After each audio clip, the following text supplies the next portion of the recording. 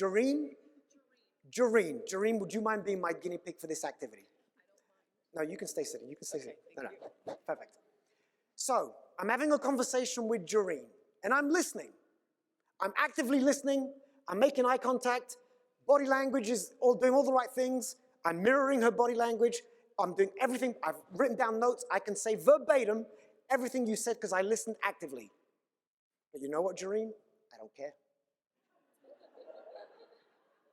How much value, it's cold, right? But how much value can I bring Jareen or the organization if I don't care?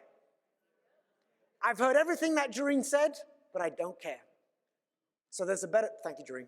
Can I get a hug? Yes. Thank you, thank you. I do care. Give Jareen a round of applause.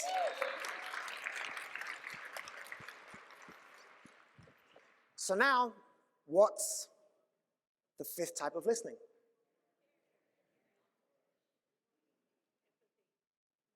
Thank you. Empathetic listening. What is empathy? Yes. Why am I wearing pink? And those two people who got that book, it's my newest book, and I'm not promoting it, but I am. Pink is the color of empathy. It's a game changer. Listen with empathy, and you empower people. You become a high-value person.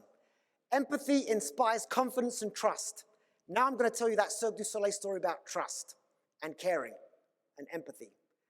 I was in this there, but I was also in a show called Kidam, and during Kidam, there was a moment when we thought somebody was going to die.